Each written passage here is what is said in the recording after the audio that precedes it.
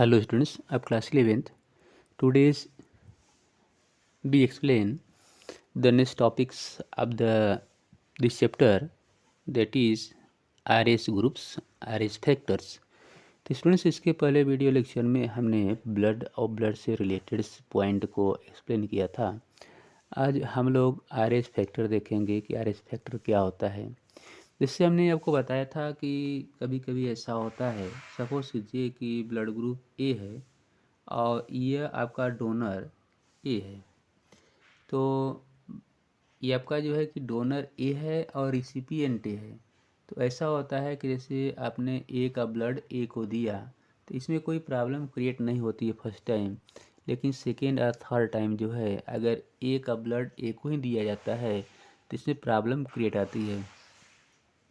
तो इसका क्या रीजंस है? तो और उसके साथ साथ कुछ ऐसे लेडीज़ होती हैं जो प्रेगनेंसी के समय उनको प्रॉब्लम होती है और उसमें बेबीज़ का और मदर्स का ही कभी कभी डेथ हो जाता है। तो इसका क्या रीज़न है, व्हाट इज द रीजन्स? तो इसके लिए साइंटिस्ट लैंडस्टीनर एंड बीनर ने रहीसस मंकी में एक फैक्टर का डिस्कवरी किया और ये बताया कि उसी फैक्टर के रीजन से ही जो है यह प्रॉब्लम क्रिएट होता है। और उसी फैक्टर का नेम रहीसस मंकी के नेम पर आरएच फैक्टर नेम दे दिया और जिसे हम लोग आरएच ग्रुपिंग भी नाम देते हैं, आरएच फैक्टर्स। तो स्टूडेंट्स, आज हम उसी आरएच फैक्टर की बात करेंगे जो आपके एनसीईआरटी में दिया है 1 by 1।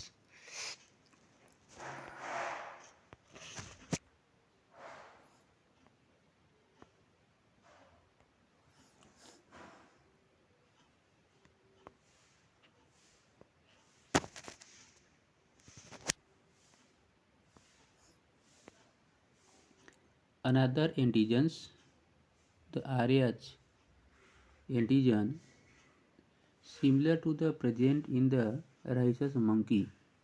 तो स्टूडेंट्स, ये जो मैंने जो अनदर एंटीजेंस की बात हो रहा है कि अनदर एंटीजेंस है तो उसको RH एंटीजन नाम दिया गया और प्रेजेंट इन रहीसस मंकी, जो मंकी की हम बात कर रहे हैं कि इस फैक्टर का डिस्कवरी जो है कहाँ किया गया था, रहीसस मंकी में किया गया था।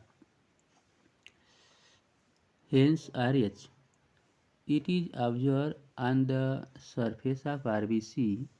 और ये फैक्टर जो है कहाँ पर आता है, RBC के सरफेस पर। तो स्टूडेंट्स, यहाँ भी क्वेश्चन बनते हैं कि RH factor are occurred in the blood plasma are surface of RBC। तो RH फैक्टर जो है RBC के फैक्टर पाया जाता है। ऑफ मेजोरिटी नियरली 80%, तो नियरली 80% जो पर्सन हैं उनके RBC फैक्टर पे RBC सरफेस पर ये RH फैक्टर पाया जाता है। Such individuals are called RH positive. और ऐसे पर्सन को RH पॉजिटिव कहते हैं जिनके ब्लड RBC के प्लाज्मा पर RBC के सरफेस पर ये फैक्टर पाया जाता है, उसे RH पॉजिटिव कहते हैं। And those if who this antigen absent are called RH negative. और जिनमें यह फैक्टर नहीं होता है उन्हें क्या कहते हैं, RH निगेटिव कहते हैं। और जिन्हें पाया जाता है उसको RH पॉजिटिव कहते हैं। An RH negative persons if expose to RH positive bloods, यदि RH निगेटिव पर्सन को RH पॉजिटिव का ब्लड दिया जाए, विल फॉर्म स्पेसिफिक एंटीबॉडीज़, तो उसमें एक एंटीबॉडीज बनता है अगेंस्ट द RH एंटीजन के against. Therefore RH group should also be match before the transfusion. इसलिए ब्लड डोनेशन के समय ब्लड ग्रुप के साथ साथ RH फैक्टर का भी मैचिंग होना चाहिए। जो इसके पहले स्टूडेंट्स हमने ये पॉइंट बताया कि जैसे ब्लड ग्रुप ए है और ब्लड ए को आप दे रहे हैं, तो कभी कभी फर्स्ट टाइम प्रॉब्लम नहीं होती है, लेकिन सेकेंड टाइम यह ब्लड क्लॉटिंग या ब्लड की प्रॉब्लम आ जाती है। तो ये फैक्टर ही काज करता है। इसलिए ब्लड डोनेशन में ये आरएच ब्लड डोनेशन में क्या है कि या जिसे हम लोग ट्रांसफ्यूजन भी कर सकते हैं, तो आरएच ग्रुप शुड आल्सो भी मैच, आरएच ग्रुप भी मैच करना चाहिए। ये special case of RH incompatibility, तो आरएच का जो स्पेशल केस होता है वो इनकम्पैटिबिलिटी होता है, यानी mismatching. Incompatibility means mismatching, जो एक्सेप्ट न करने वाला हो, has been observe between the RH negative bloods of a pregnant mothers. तो स्टूडेंट्स, ये जो एक आरएच इनकम्पैटिबिलिटी है, यह ज़्यादा प्रॉब्लम क्रिएट करता है किसमें, जो मदर्स आरएच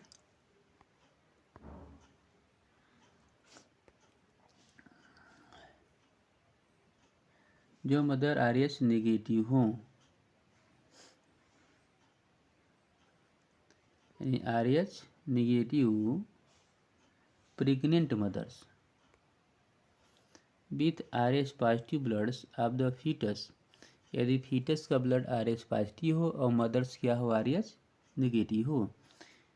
जो फीटस, स्टूडेंट्स इस पॉइंट को अच्छी तरह क्लियर कीजिएगा कि फीटस का ब्लड आरएच पॉजिटिव हो और मदर्स का ब्लड क्या हो, आरएच नेगेटिव हो, तो ऐसे कंडीशन में इनकम्पैटिबिलिटी मिसमैचिंग डेवलप होती है।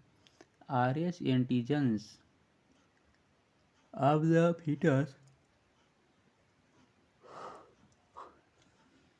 not get exposed to the Rh negative bloods of the mothers in the first pregnancy, as the two bloods are well separated by the placenta। तो students यहाँ जो है, जो पॉइंट आप देख रहे हैं एनसीईआरटी का, कि RH negative blood of the mother in the first pregnancy, तो जो फर्स्ट प्रेगनेंसी होती है मदर्स की, तो इसमें बहुत ज़्यादा प्रॉब्लम क्रिएट नहीं होती है। However, during the delivery of the first child, लेकिन इसमें क्या होता है कि फर्स्ट चाइल्ड के डिलीवरी के समय there is a possibility of expose of the maternal blood to the small amount of the RH positive bloods from the foetus. तो डिलीवरी के समय क्या होता है, जब प्लेसेंटा ब्रेक होता है, तो ऐसे कंडीशन में मदर्स का जो आरएच नेगेटिव ब्लड्स है और प्लेसेंटा का जो आरएच पॉजिटिव ब्लड्स है, तो इसमें मिक्सिंग हो जाता है।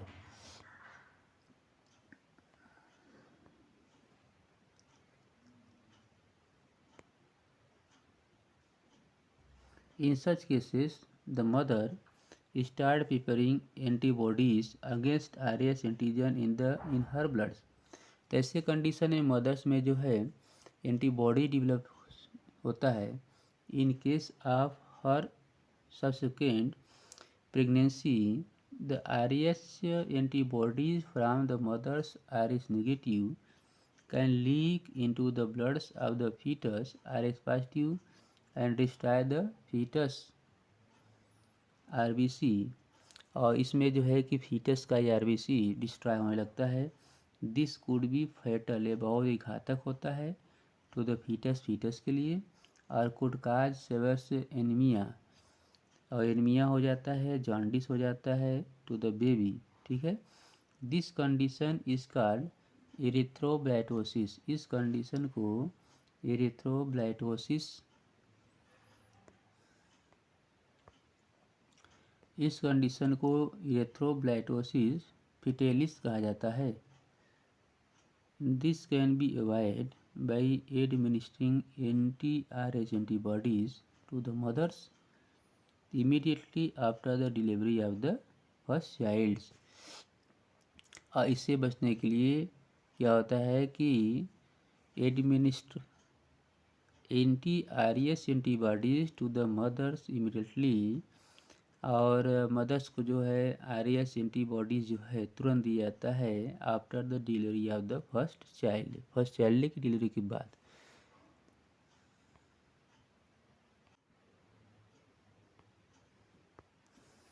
इसलिए स्टूडेंट्स जो है ये ब्लड ग्रुप्स बहुत इम्पॉर्टेंट होता है, जिसमें RS पॉजिटिव और RS नेगेटिव की बात आती है। तो RS जो पॉजिटिव है, RS पॉजिटिव और RS negative that is important factors.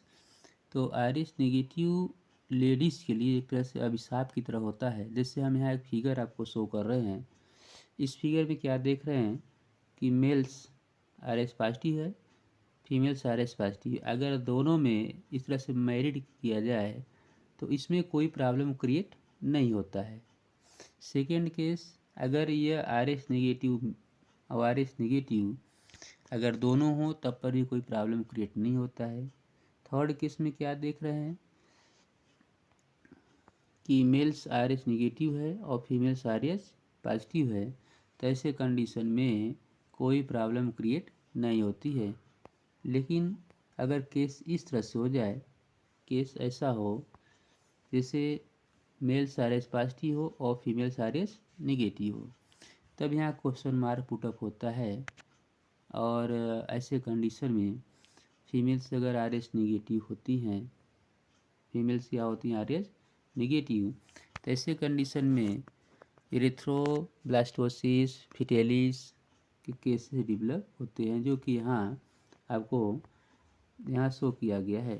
Okay, तो इस तरह से स्टूडेंट जो है RS नेगेटिव मदर्स का होना बहुत ही प्रॉब्लम क्रिएट करता है। तो RS यह फर्स्ट चाइल्ड बर्थ पर प्रॉब्लम तो नहीं होती है, लेकिन इसके बाद सेकेंड थर्ड चाइल्ड के बर्थ पे जो है प्रॉब्लम क्रिएट होती है बेबी एंड मदर्स दोनों के लिए। तो RS factor, RS grouping that is very importance for pregnancy and blood donations.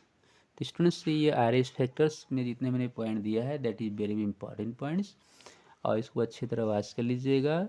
जो 2-3 पॉइंट्स हमने बताया कि RS नेगेटिव मदर्स का होना, और यह इरेथ्रोब्लास्टोसिस फिटेलिस का होना, और जो है कि RS जो फैक्टर्स होते हैं इसकी डिस्कवरी किसने की, जैसे हमने बताया कि लैंडस्टीनर एंड बीनर ने किया। और RS फैक्टर्स पाए कहाँ जाते हैं, तो RBC के सरफेस पाए जाते हैं। तो इसमें कुछ क्वेश्चंस पुटअप होते हैं जो कि वेरी इंपॉर्टेंट्स है, इसको आप वॉच करेंगे। प्रॉब्लम क्रिएट होने पर या कोई और स्टॉप पॉइंट अगर जानना चाहते हैं तो हमारे इस पर कमेंट्स करेंगे, तो उसका हम आंसर आपके नेक्स्ट वीडियो में प्रोवाइड करेंगे। So thanks.